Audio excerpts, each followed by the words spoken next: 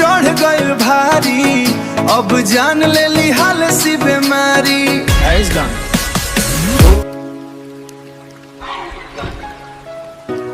Hello Google, बताओ ना प्यार के ई बीमारी कैसे ठीक करी। बक्का रात भर जागीला अखिया हमार, तोर फोटो देखी रोवे दिला बार बार।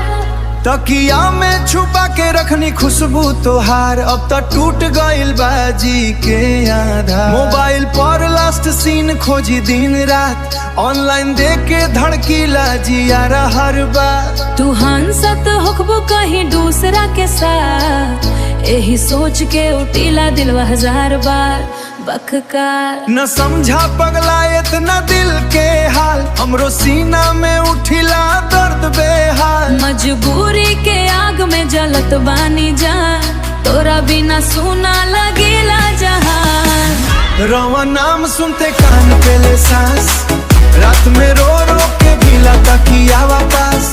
दूर होके भीतर रहे तोहरे पास, ई प्यार बन गइल बा सजना अभिशाप, सजना अभिशाप।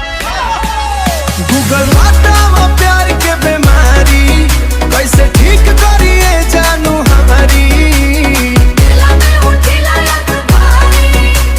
रो रो कतेला अब रात सारी बरकर फ्यूसेस। गूगल बतावा का दवाई बा, तोहरा बिना या जिंदगी सजसान लगेला। प्यार के वायरस चढ़ गइल भारी, अब जान ले ली हाल सी बीमारी।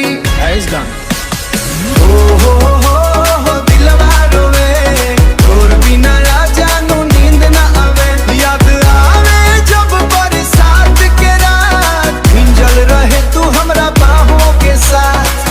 धीरे से छू के कहलुआ मत जा, आजू आवाज बन गइल जखमा। लिपस्टिक के निशान अभी बाकी बा, कमरा में तोहर एहसास बाकी बा। दिल के अंदर तू आजो जिंदा बाड़ू, बाकी जिंदगी में बस उड़ासी बा बेवकू। तोहरे खातिर छोनिया दुनिया जहान, फिरो न मिलल सच्चा समान। फोटो में हंसी लेकिन अंदर तूफान, टूटल दिलवा खोजे पुरान पहचान।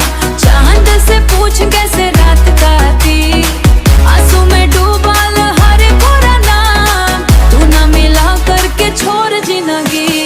इंस्टाग्राम गिला मौत ही सही, बेसस स्टेटस पे सैड सॉन्ग लगौनी। तू सीन करके इग्नोर कर गहरा, रात में तकिया भिंगावत रहें।